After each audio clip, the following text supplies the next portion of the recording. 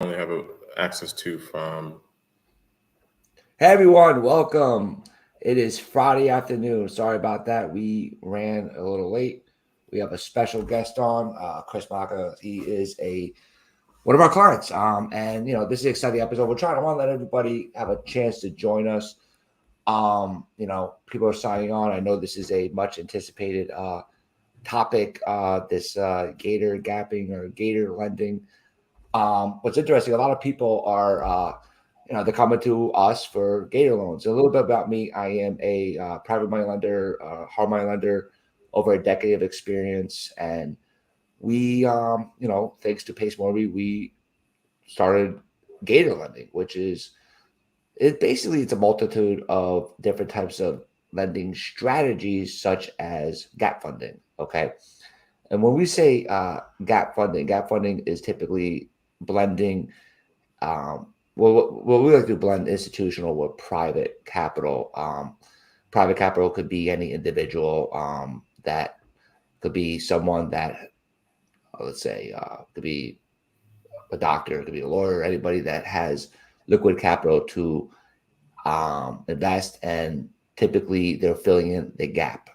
The gap is the difference between the first lien loan amount and the equity required, or whatever closing costs that there may be, to basically essentially give the borrower to little to no money out of pocket.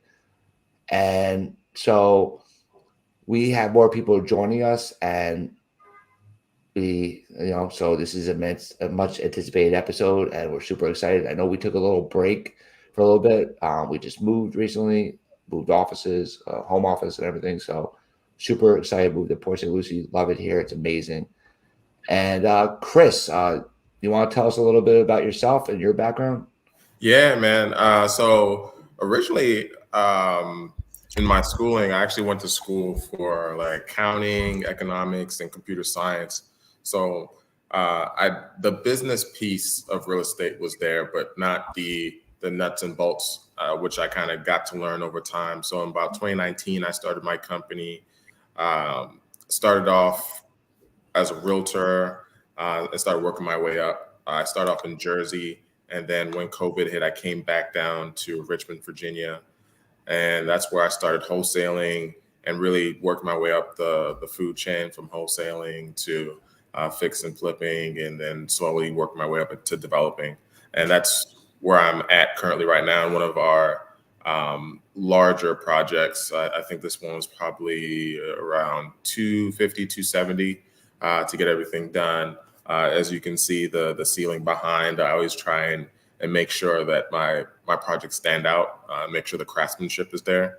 And I'm pretty excited for this one to be on the market. Terrific. So let's talk about how it got started, right? So, it came to us originally, and it's actually pretty cool what happened.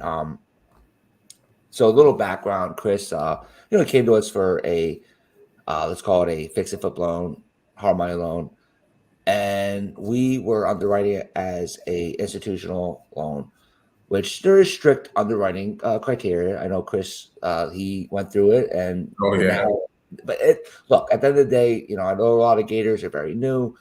What's interesting is I could tell you a little story. And you kind of laugh. Uh, we have a lot of borrowers that come to us, and they're like, "Oh yeah, I have like 10+ deals experience," and at the end of the day, it's like, you have to be able to prove it. And as you understand, being experienced, how do you prove experience? You gotta, typically you have to prove essentially, At those your HUDs. the HUDs. And let's ask a quick question, right? If you close on a property, let's say a week ago, and you haven't started rehab, does that count as experience? Nah. Exactly. And I Nah. had this conversation with someone, and it's kind of whatever. The point is, and I'm here to educate people. So a lot of borrowers, you gotta be very careful. And look, there's always risk, but there's always ways to mitigate risk. And we're very good at that. And we're very good at I try to educate every borrower on how to qualify. But Chris is experienced, he understands the process, but now he's already pre-approved with us, so it's easy peasy going forward. So basically, Chris came to us, and what happened was, you want to share what happened, or I Oh could. yeah. Oh yeah. So this was definitely one where Adam definitely saved this deal. Uh, I had found a home that had been on the market for I think over like 100 days at 2 North Granby Street in Richmond, Virginia, just in a beautiful area we call the Fan. Where essentially I was able to talk them down, but because of this project, I have a good amount of my funds tied up. So the gap that I was going to need, which was around, I want to say $146,000. So it's not a small bit of money. Between Adam and some of his other folks on his team, he was able to help me to close that gap so we kind of get the deal done. So let's talk about what happened, right? So I believe we approved you for, I think it was 85% of the loan to cost, meaning, Correct. give you, it's a 12-month loan, interest only, non-Dutch loan. It's, I don't remember the exact rate on that, but that's here and there. It doesn't really matter. The point is, it's a 12-month loan. It's a non-Dutch loan, meaning he's only paying interest on the money he used.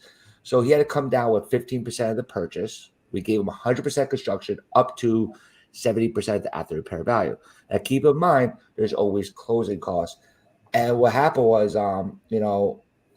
there's a lot of, I guess, unreliable capital out there. What I mean by that is you may have PMLs or gap funders that may say they have money. I believe whatever happened, your capital private money lender couldn't deliver. And, that was a problem for you. I guess they weren't liquid enough, whatever it was. I don't remember the exact thing. And what's interesting, Cassandra, she's not here right now. But I know she's been very busy, but she played a vital role.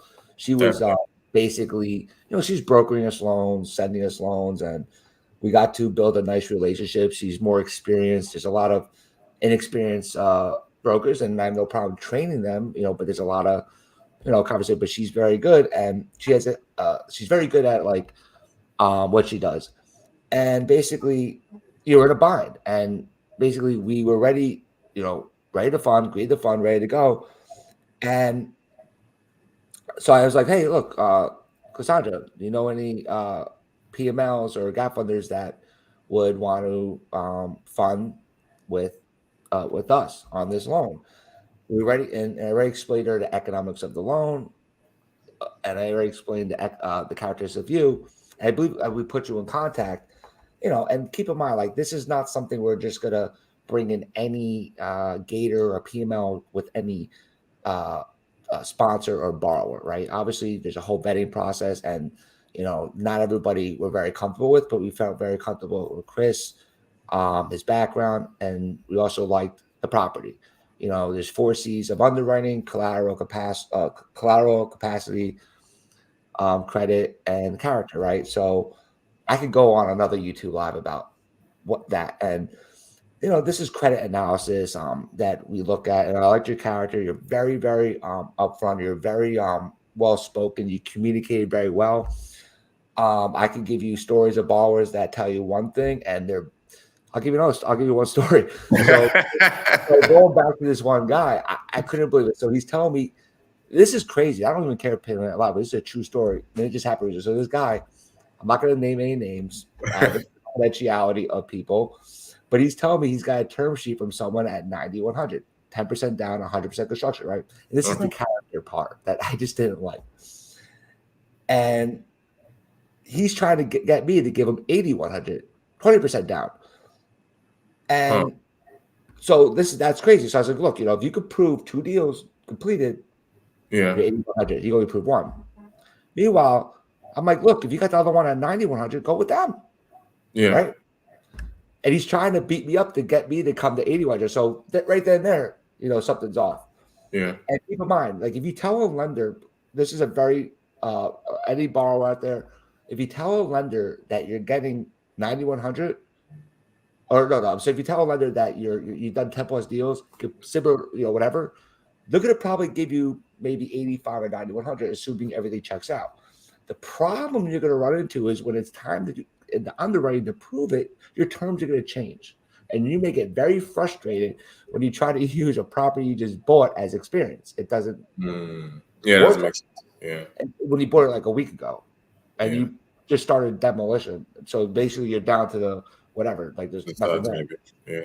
And I try to educate a lot of people on that. It's a conversation. I kind of have to pry the information from people, and because I rather avoid surprises rather than taking the information and be like, okay, sorry, you couldn't prove it. So here's the agreed to fund. And this is what we would do. Now we're dropping you from 90 to 75, and so the character I just didn't like. I just didn't like the whole. I asked who wrote the letter. I'm not going to divulge. I'm like, and a lot of things. I basically told him, look, I prefer not to work with you. Good luck. Go work with that person. Got very nasty. You wouldn't believe the called me up yelling, screaming, demanding. Oh, wow. I couldn't believe it. I was like, whoa, this is like. And Gators out there, you got to be very careful. There's a lot of con artists out there, a lot of shady people. Like I said, I'm not naming any names, but you got to be very careful out there. And I talked to a lot of good people. I would not recommend anybody gaslighting that person at all. It's just a recipe for disaster. And that's one benefit of working with us. We like to work with vetted borrowers, 4Cs. We like the character, collateral capacity, credit, right? And so those are certain things, and character is very important. If someone's going to call me up and start lying to me about terms that they have, which obviously wasn't real. I know the market. Scream and start lying, yelling. That like it's weird. It's insane. Then it's a recipe for disaster. So basically, I felt really good with Chris, and Cassandra basically helped. Save it. There was a lot of moving parts. Seller, I mean, you tell me what the seller. How was it? Yeah, the seller was giving us a hard time. So we had initially had, and somewhat reasonable. We had initially had it to close at a specific time. I want to say towards the end of maybe May, and just some wires got crossed essentially. So I had to pay essentially to keep the deal open, and that gave us the breathing room that we needed to find the PML that we were going to need, as well as kind of get all the paperwork that was needed, because we ran into a couple of hiccups as far as this putting seconds, which I think is probably another really important piece to talk about, where maybe you can get the second on the primary home or the subject property that you're purchasing, but you might not. So it'd be nice if you have other collateral that's available for you to use as a second mortgage. 100% right. And so keep in mind, there was a lot of moving parts. There was a lot of Cassandra communicated with the seller. I don't remember on that one, but I think there was. She helped with the other two. She spoke with the seller, had to ease his concerns, because look, the seller's ready to walk away.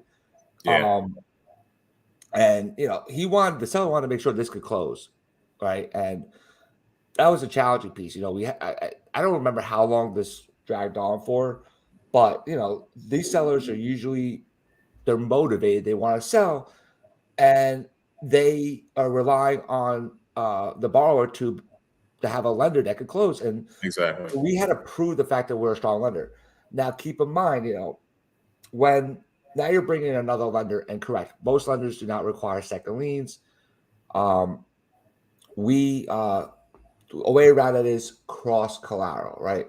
So the good thing was Chris had extra collateral that he could offer the gap funder.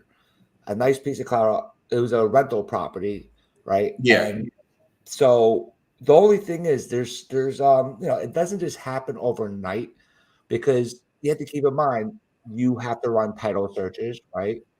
And Cassandra helped communicate with all the counterparties, running title searches. And I think that was another thing too, because we had to find a title company. Most title companies, they're not always investor friendly. Correct. So we have investor friendly title companies in certain markets. This is a market that we had to go find that right title company. A lot of title companies like to just write title policies. They don't want to be a mobile notary service and just record mortgages. They don't want to do that, and they just don't want to. So title companies that are more investor friendly, they'll do that for you. They'll help with title searches. They'll help with setting up the notary, and they'll close it. And they're not gonna, they don't. If you want mortgage title search, great. If you don't, they're okay with it, right? Right. And so we had to find that title company. So keep in mind, these title searches, it doesn't just happen like today. It take a few days. So she got all that said and done. And then obviously we had to set up the recording and all that. So, and keep in mind, now we have a seller that wants to close. And so this delayed the process, but that day we closed. We got it done. And you Yeah. had like no money out of pocket pretty much, I believe, right?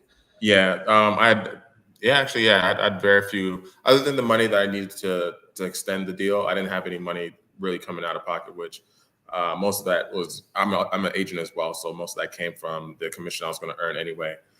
So I think that having that open line of communication, both with yourself, the PML, and then the seller is so important because they may be used to, even if it's not their first rodeo as far as selling property, they may be used to dealing with normal buyers. So there might be less hiccups, or they're used to like a rocket mortgage or something. So when they're dealing with hard money and it's a couple more moving pieces, it's great to have, an Adam or a Cassandra to really touch base with them and kind of hold their hand through the process. Because of course, me as the buyer is going to say everything's going to be all right, it's all rosy. But when he has someone that has that experience, that's either a broker or a lender or the one that's just part of the team that knows the mechanics of what's going on from a lending perspective, I think it gives her credence to anything that needs to be said to kind of smooth them over and keep them from hyperventilating while all the work's getting done to get the deal done. Exactly. That's the one thing that we understand in creative finance. Look, there's never a smooth transaction. I've never been involved in a transaction that went perfectly. Yeah. But the thing is, you need to be able to problem solve. There's always problems. And that's the one thing that we did. We had a problem. There was no PML for you at that time. It happens, these PMLs could commit and they don't have the money. That could happen. And so that is something that we saw as a opportunity to help, and we understood all the mechanics of how to put all this together. And that's why it was really nice bringing Cassandra in, because quite frankly, we have so much going on that I realized that, wait a second, she's also a fellow Gator as well. I'm like, look, let's team up. We could actually scale this thing. We could actually help many borrowers, right, solve their problems, but also we could help many Gators, because let's face it, there's a lot of bad actors out there. Yep. Like I said, I'm not naming any names. All that is confidential. However, the vetting process, I mean, look, if you ever, any Gator out there, if you ever need help, right? Let's say you got someone that comes and they need gap funding, right? And they got a HML, fix it for loan, right? Or they have one. You could steer them and say, hey, you know what? You could work with us. I mean, anybody, it doesn't have to be us, but we understand the mechanics of how to do it. We understand how to underwrite, and we'll teach you things that you're maybe not learning elsewhere of how we underwrite. And look, our underwriting is always changing. Why? Because market conditions change. There's always credit risk. There's always market risk. There's always little things. You always have to adapt. And now there's a lot of data out there that we like to use, and we have a lot of resources for that data. And I could go in. We don't have all the time in the world to go over all that, but so I guess, do you want to? Anybody have questions? Because I know we have about 13 people on here. Was it 15 people here? Anybody have any questions? We could put your question live on the chat. In the meantime, you want to show, like, I guess, a picture of the property and kind of show. Yeah. Well, I know. How do you like our draw process, by the way? I mean, I know there's a little hiccup there, but now it's like. I actually really like it, to be honest. I think it's pretty straightforward. I like the true pick. And I think, I don't know who came up with the idea, but I think that's a great way to verify that, again, because even if someone gets past the initial, character assessment, you have that guarantee that the locations at the property that they're saying that it's at, and then you take the pictures that are necessary. So I actually really like it. It's pretty easy, straightforward. Just take the pictures of what's been done on the interior, and then you just submit it, and then your team kind of works and gets back to folks pretty quickly. So that's what I really liked. I was actually very surprised with the speed with which you guys are responding to me, because I think I would request for instance, I could request a draw at like 9 o'clock in the morning, and then by 9:30, 10, someone's already reached back out to me to let me know, hey, this is the link. These are the next steps, and then kind of go from there. So that within maybe 2 to 3 days, you can have your draw out to you. So It took that long. well, I'm shooting a little extra. It's probably more like 2 days, depending on when you start, but it's very fast. We gotta fine tune that. Something's off. I don't know. We gotta have a talk off of this because usually it's 24 hours with us or the same day. So I know we spoke about that. I don't remember what happened there, but we'll look, we're a small shop. We're not the big, large national lenders, but we're always open to fixing things. And I want to know why it was 2 days because it should have been at least 24 hours. Something's. I mean, it was pretty fast. It was pretty fast. Yeah, so I'm not complaining. Yeah, but the old method was like we used to have an independent inspector used to go out, and then that would take a week, maybe more. Because then remember, because when you would submit a draw request, then you have to assign to a third party inspector. Then it takes them maybe a few days to just get to the property. Then it takes more time to, write up whatever the report, and then right before you know it, like a week goes by. Yeah. Versus this, it should be 24 hours. I don't know, but we could talk off camera why that happened, and we'll fix it because it shouldn't be 2 days. It should have been 24 hours. I mean, live. So we'll fine tune that. But what else? You want to show the, I guess, picture? This is not a small property. Yeah. It's pretty large, actually. Yeah, it's about 2,300 square feet. Any gators, or I don't know, we have gators on here. We have borrowers. We have, I know there's, we have a mixed crowd, and I'm open to answering any questions you may have. And I wish I had the current state because I have those pictures in the TruePic app. But I just really wanted to show you guys where we started. And right now we're at the point where we've gutted everything. So outside of these doors and this chimney, all the wallpaper. We got to put your picture on the screen. There you go. Boom. I'm sorry. So just to give you an idea, just going through it, we've fixed a large majority of all the siding. All the siding is done. We're in the process of taking out these 3 windows, this window on the side. Going to keep the door, take out the storm door, redo the porch area. We've taken out about half of the hardwood here so we could level the flooring. Let's see, moved the chimney basically. The sliding doors have been taken out. Basically everything you see in that kitchen as you move forward. All this flooring that you see right here has been replaced with plywood and leveled out. Everything you see in the kitchen here has been taken out and leveled out. So that's really nice. You can't really tell from the picture, but the floor was very wavy. Everything you see in here has been taken out. Also going to be resizing that window because there's going to be a half bath in there as well as the washer, dryer. This is the attic area, which will be for the master bath. Not much from a flooring perspective is being done, but obviously everything's going to be painted. Going to put some faux beams in there. So we're going to wrap these beams that you're seeing, these white beams that you're seeing right now. So just pop a little bit more and replace all these light fixtures that you're seeing.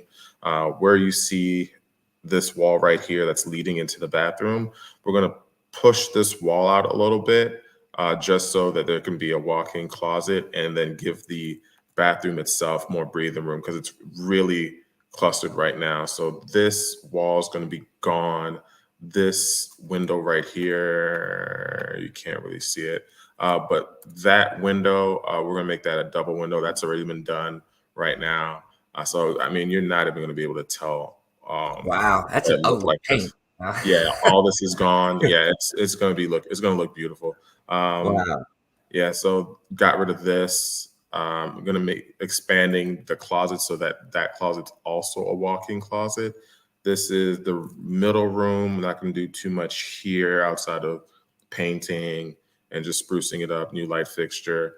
This is the backyard. We're taking that fence out. We're gonna put in a new privacy fence. Wood's gonna look nice. Gonna go for the vertical look or horizontal look as opposed to the vertical posts, and spruce this up a little bit. Probably gonna replace all the wood here as well as the bench. Um, then we are going to, all this is gone right now, is it's completely open. We're going to kind of just redo these stone paths so it looks nice, and then definitely put something on either side from a landscaping perspective to really spruce it up and keep that. This gate's gone, but we're going to rebuild a new gate so that there is that rear parking for those individuals, which is really nice for these city homes. So just having off-street parking is such a nice luxury, but it's unfortunate it's a luxury, but you know, it is what it is when you have a nice home in the city. So this window right now is two, and then we're replacing these two windows to make them just a little bit smaller, so it makes more sense for what's in here. This being the kitchen window, and then this being the utility slash half bath that's going to be going in there. So there's definitely a lot of work that's being done, but we're really chugging. I'm hoping to have some serious progress by the end of August. If we could be close to listing by the end of August, that'd be great. That's kind of what we're shooting for right now. But you know, materials can always hold you up. Oh yeah, it's always delays. So you always want to. Thank you so much, and you always want to budget or just timing and try to, because obviously you have a cost of capital and you gotta plan for delays. You just never know with materials. They always hold up, but that's great information. Thank you. So we have some questions here. So someone, I'll start here. We have Jose. Hey, I'm Chris. When you're getting a loan for a fix and flip for the 20% that I have to come up with, do you guys help out as well with that gap? So keep in mind, great question. So for us, we typically, first off, if you ever want to submit a quick quote, let me show you something real quick, right? So we could either we do everything in house, meaning we work with different buckets of capital, institutional, private, which is some of our own investors that we work with. I know my father and some other family friends are some big investors that they come in with loans.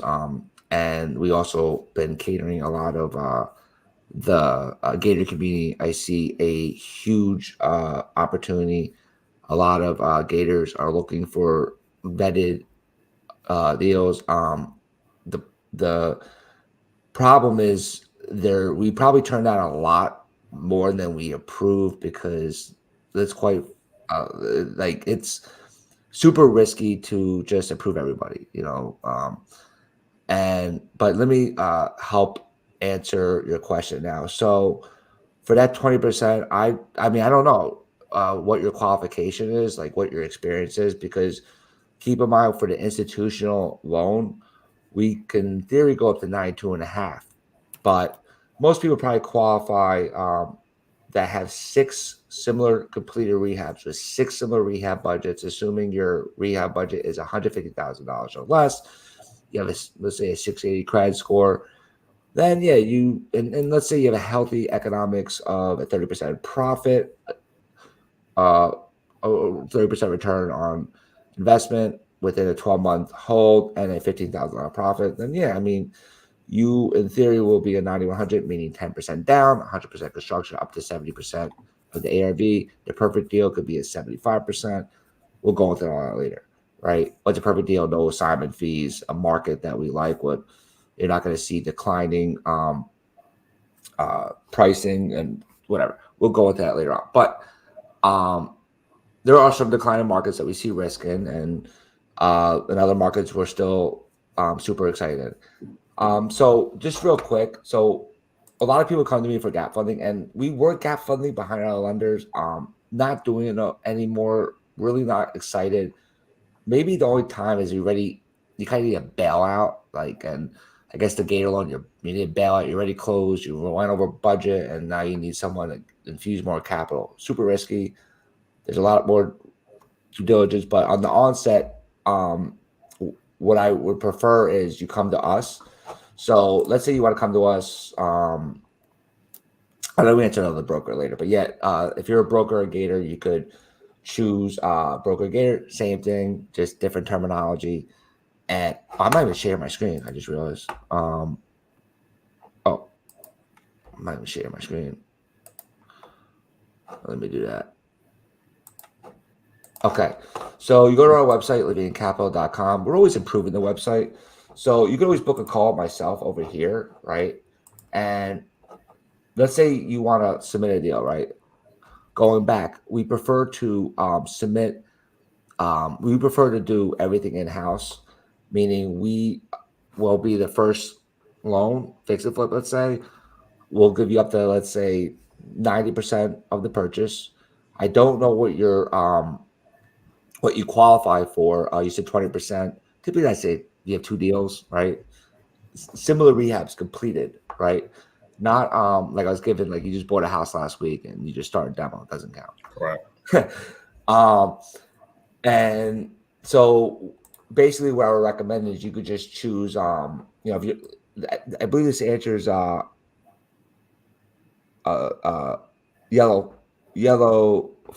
Holdings. Just put your broker or Gator, and what happens is you will be emailed, not the borrower, right? So when you input your information, let's say if I hit that, it filters, you put information in, and you'll be emailed, not the borrower, right? If you're not a broker or Gator and you're a direct borrower, just come to us and you just select your target closing date. And what's really cool is you select, let's say it's a fix and flip, fix to rent. Same thing. What's the difference? Difference is when people get confused. Fix and flip loan, you're not, doesn't mean you have to sell the property. So I put that fix to rent just because there's a conversation. I'm like, yeah, it's a fix and flip. I'm not selling it. All right, fix to rent. You're gonna buy it, you're gonna renovate it, you're gonna refinance. Great. So it's all different terminologies, all brand new, right? It's relatively new terms. So fix and flip, and then what you're gonna do is you can put your desired leverage. All right, you can put whatever you want. Doesn't mean you're gonna get it, but you put that's all 100%, right? So in theory, if we're only going up to, let's say 90%, could go higher, but let's say 90%, right? Then that means that there's gap funding, right?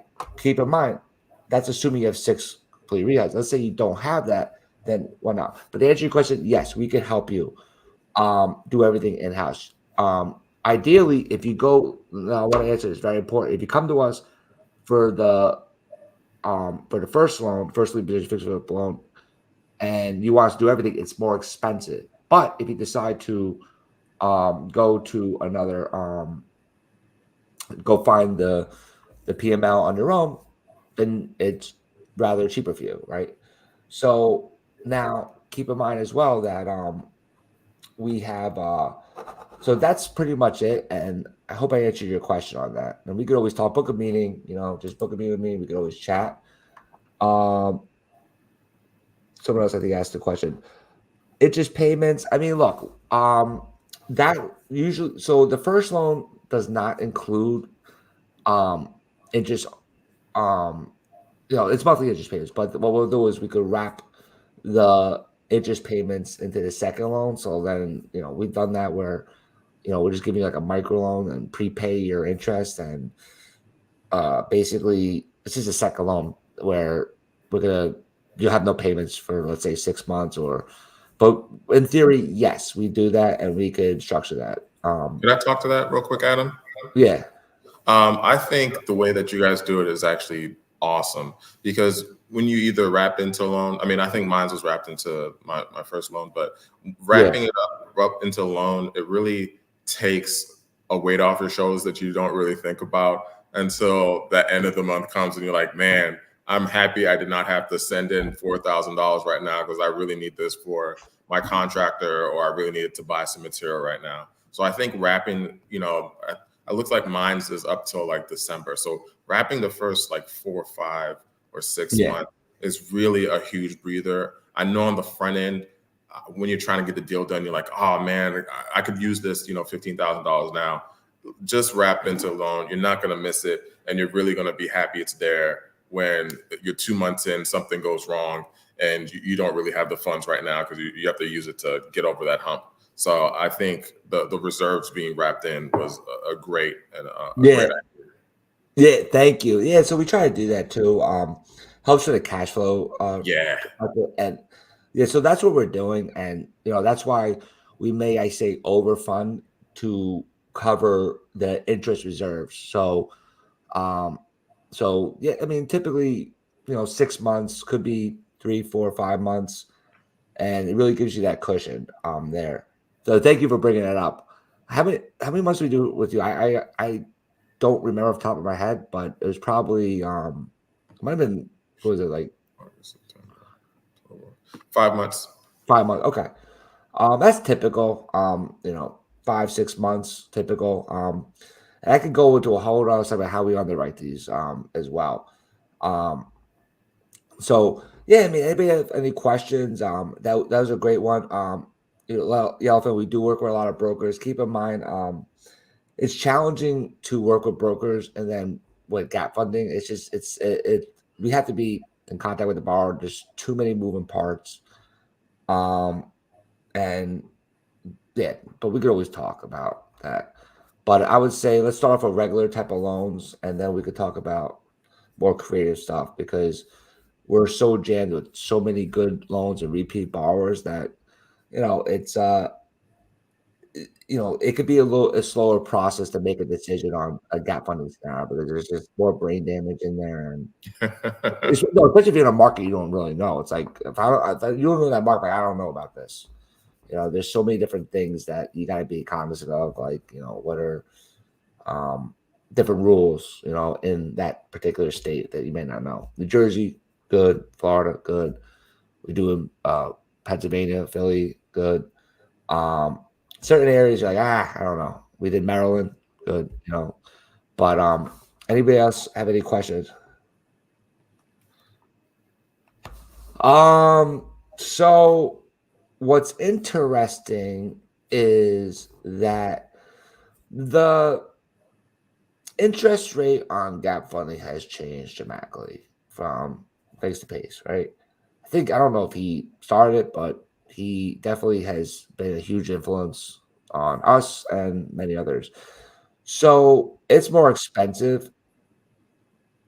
And typically it's what I'm seeing is a flat rate where it's typically a 6-month loan between 15 to 20%. There's other guys that go higher than that, but it's like they want to make a 15% return, 15 to 20 in 6 months or less. So there's many ways that they structure this, but it is rather more, it's more expensive. And I hope that answers your question. 10 plus deals, good. You have that, but you're not going to get around the gap funding what they want because they are, they're taking obviously more risk, and it's really what they're looking for is they're taking debt, but they want equity like returns. That's what they want. And basically they're giving you equity and they want equity returns. They're not looking for first lien position like 12%. They want equity returns. Aaron Waters, if I want to lend to your borrowers for gap funding, how do I connect with you? Excellent question. I would go here and book a call and just go here, book a call, boom, right here. And the reason why I'm saying, you could always email me, you could always text me or whatnot, but the problem that I run into is I don't know why I don't have any open. I gotta fix my calendar. I'm running into issues with it. So I have to talk to Morris, who's my IT guy, to fix that. But what this does is it basically blocks off blocks off time to avoid oh, you didn't see that my calendar popped up, but it blocks off so we avoid telephone tag. You could text me, you could call me, you could email me, and but the booking the call, the 15-minute call, it makes it so much easier. And but yeah, let's definitely connect, Aaron. Oh, another thing what you could do is I forgot to mention, go to partners right here. Oh, Aaron, do this. Go to Gator Partnership and then just sign up right here. So we didn't have this weekly Gator talk chat. We usually do it weekly, but this week we didn't do it. But I will go here. Mars has to fix this. I don't know what happened here. Oh no, okay, now it's fine. It's a little slow. Just sign up here. Put your information here, like your name, email, whatnot. You'll get an automated email, and then you'll be updated on when we have our Gator talk, and you'll be updated on the different types of opportunities we have. Gap funding is usually the most that we see. EMD is I get those type of loans, but they're the good ones that come to you are rare. A lot of them are just people like it's another story. But yeah, so that's the best way to do it. Anybody else have questions? Oh, you're seeing the 25%. Look, it's there. I mean, I would say 15 to 25%, but we try to be realistic with the gap funders because at the end of the day, it's like, look, do you want good borrowers or do you want the problem borrowers, right?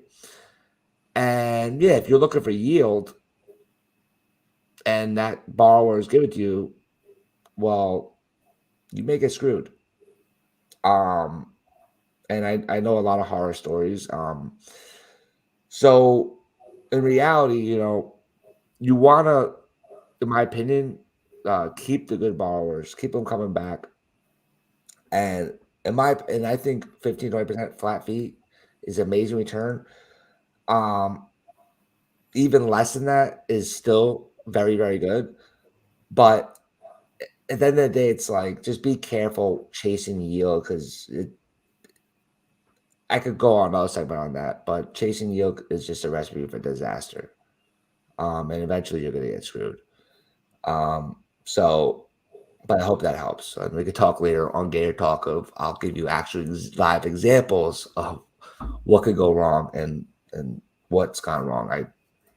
So anybody else have questions? All right. So yeah, so I really appreciate everybody for joining us. I think Chris, do you want to share anything else with us?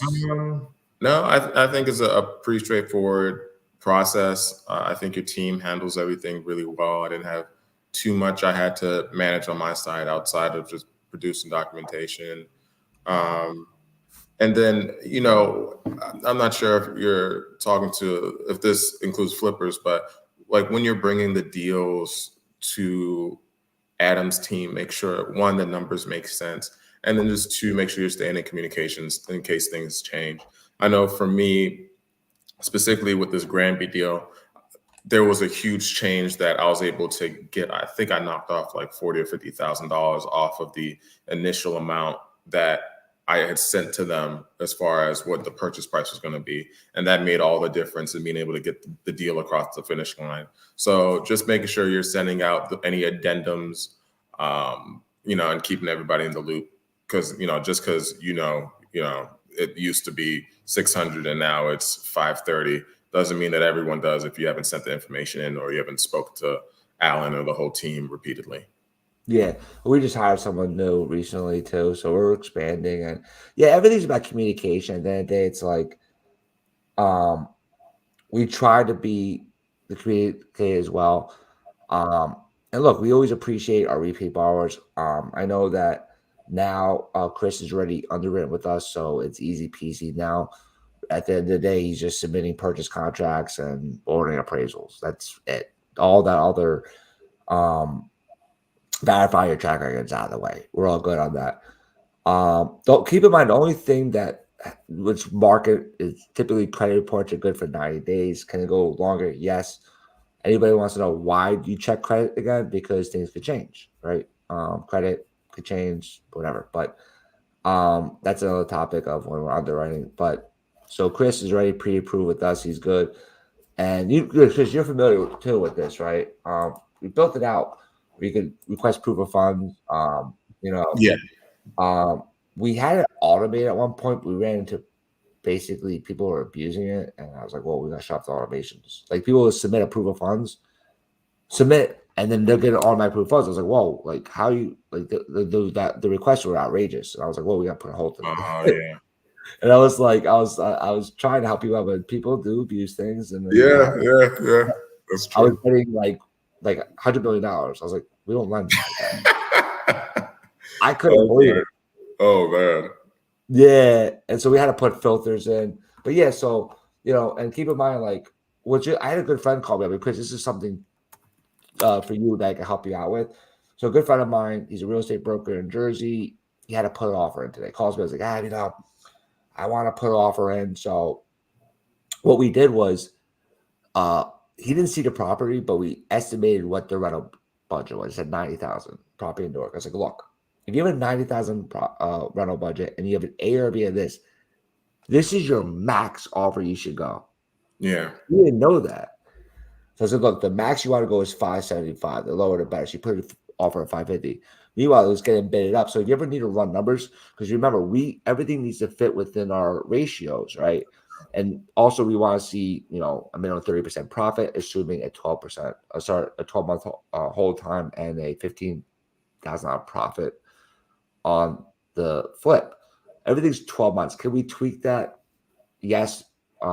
Maybe we could increase the return, maybe make it 9 months. That's more for volume borrowers, also shorter time frames smaller projects, usually in and out quick. But I would say conservative 12 months. And so we underwrote that, so if you don't want to, Chris, let me know, because you're bidding, I could help you say, hey, this is the max you should go. Okay. Yeah, so that's kind of like what I did for him. And we do that a lot with people, even wholesalers. I'm like, look, you want to add your assignment fee on, let's talk. You want to leave meat on the bone for the buyer. Yeah. Also, we could finance assignment fees, but you got to know how to, typically lenders, or maybe a lot of lenders will finance about 10% of the original purchase price. We go up to 20% of the original contract price. We give you perspective. If the original contract price is 100,000, wholesalers trying to flip it to, let's say, Chris for 120, we could finance max 20% of that assignment fee, right? So if that makes sense. If it starts going above that, let's say 130,000 original contract price, 100,000 assignment fee, 30,000. Now you got to come out of pocket that 10 grand. Okay. That makes sense. So keep that in mind. A lot of wholesalers don't know that. I saw one wholesaler want like a 70,000 assignment fee. And the property was like, I think, I don't know. It was like, I forget, 100,000. I don't remember. It was crazy. I think the assignment fee was like 55% of the original contract price. I mean, that's a tough one, because I know my broker, one of the first things he taught me, because he's an investor, as long as the numbers work for you, don't worry about too much how much somebody else is making. Yeah. And I've seen some investors pay out 100,000 for an assignment fee, but that's in like Washington state or something, where the house is worth 1.3 and you're buying it for 800. So 100,000 is not going to kill you. So I think it all depends. We double closed. We double closed someone at an auction property. Guy had a 6-figure assignment fee. Yeah. He's a real estate agent. He's a real estate agent, and the only way he could flip the contract, he had to take title. So we double closed it. And when I saw this assignment, I was like, whoa. I gotta start. I was like, whoa, that's that's a great day's work. Yeah. But anyway, anybody have any questions? I know we had Chris on here for a while. We'll have him on again, because you know what? There's going to be before and we had the before. I know that there's a lot more of progress in there, and he's going to hopefully have it listed in this month. And I would love to see how the completed property is, and really the payoff to the gap funders as a real testimonial. Because at the end of the day, it's like, okay, great, you got the gap on everything, but let's see the exit, everybody gets paid back, and that's like a true testimonial. Then let's do it again. Right. No, I agree. I'd love to bring them back to that house. Hopefully, we'll get on here again. We're back live. I got to get the background stuff up eventually. We'll get in there. But Chris, you look sharp. I like Thank you. the nice blaze, the suit. I had to present well for your folks. Thank you. So everybody, thank you for joining. Thank you so much for joining us. Really appreciate everybody. Please do me a favor. If you want to like our YouTube channel, comment what you want us to talk about, topics. Always open to helping and talk about stuff. This is a passion of mine. I've been doing this for over 10 years. Have a huge passion in helping a go giver, helping investors. And definitely really love this community of the Gators, sub 2. I think it's amazing. A lot of good people. It's starting to get, the one thing I can say is you're going to, the bigger communities grow, you're going to run into some bad actors, but it's fine. You know, the good thing is we're good at weeding them out, because let's say you have a deal, you want a gap fund, you know, you just got to be careful of people, you know, and whatever. When I mean whatever, I don't want to get into too much detail. I don't want to offend people. I got to be very careful. But if you need to run something by us where we could underwrite the institutional part, like really underwrite it, and know that you want to be protected, because let's face it this way, right?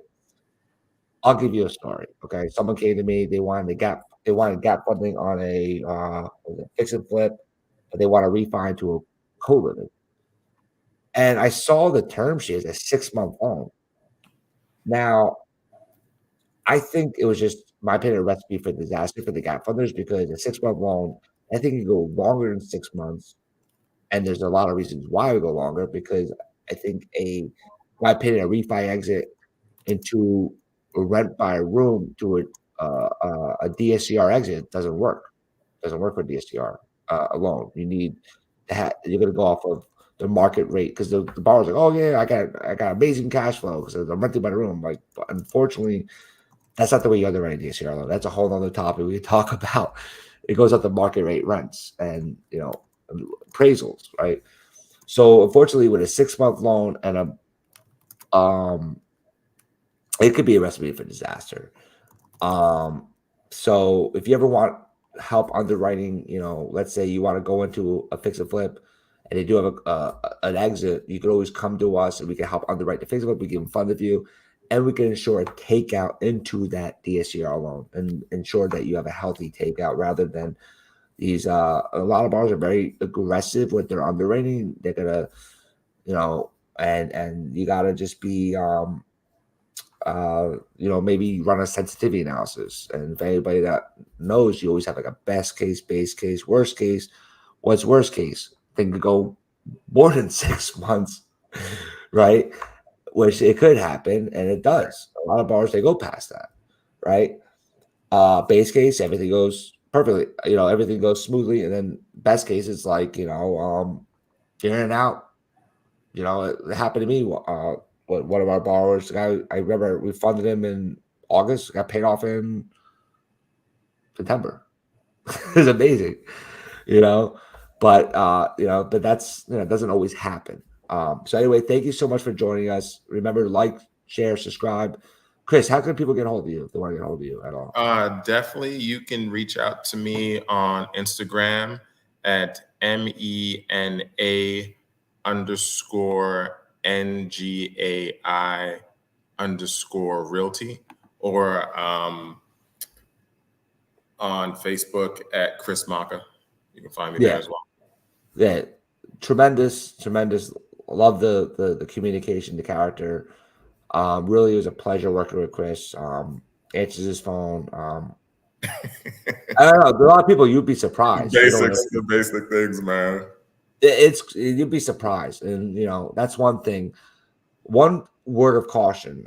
Just a little tidbit. The people that want your money to become your best friend, the moment you want your money back, they may not pick your calls anymore. That's very true. They'll whine and dine you. That too. They're your best friend. The moment you want something goes wrong, crickets. Yep. That's very true. I've experienced that with contractors. Yeah, so just a word of caution. We could talk. We have Gator talk. We could talk those stories. But it's true though. Unfortunately, we live in a world. There's a lot of good. There's a lot of, you know, but you gotta. There's a lot of, you know, a lot of good and a lot of you know uh, Question. problem borrowers. Or there's also problem lenders too. Look, not every lender is created equal. Yeah, that's true. That's another topic too. Over promising. Well, you had that one lender, the PML, you couldn't close, so that was a Yeah. problem lender you worked with. So No, yeah, it definitely happens when folks overpromise or get cold feet at the last second. Yeah. yeah. So that's one thing. We like to be realistic. And that's it. So thank you so much, Chris. We'll be Thank you. chatting soon. I really appreciate you. Appreciate everybody for joining us. And we're about an hour in, and I hope everybody has an amazing weekend and enjoy your loved ones. And we'll be back at it next week. Thank you so much. Thank you, man. Take care. Bye bye.